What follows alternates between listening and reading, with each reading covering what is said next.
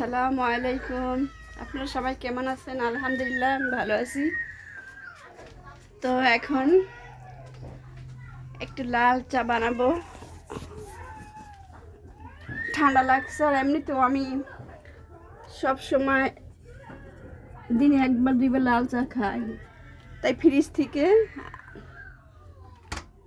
আদা বের করলাম,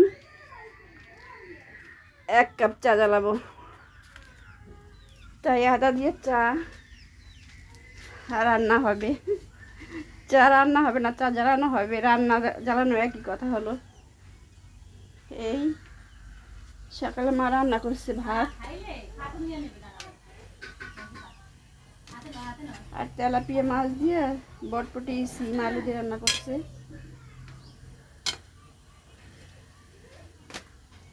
আর আমি 1 কাপ চা জ্বালাইলাম। কে কে খাবেন চলে আসেন।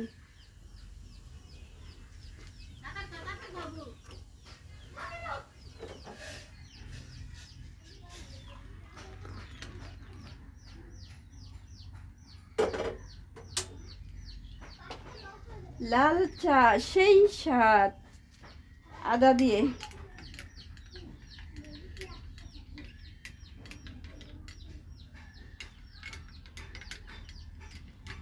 একটা চা বানাই তোমার জন্য,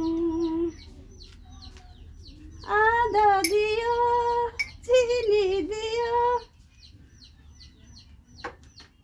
দিও সামান্য। আপনারা খাইলে চলে আসেন। লাল চা, এইটা হলো আমার বিছনা।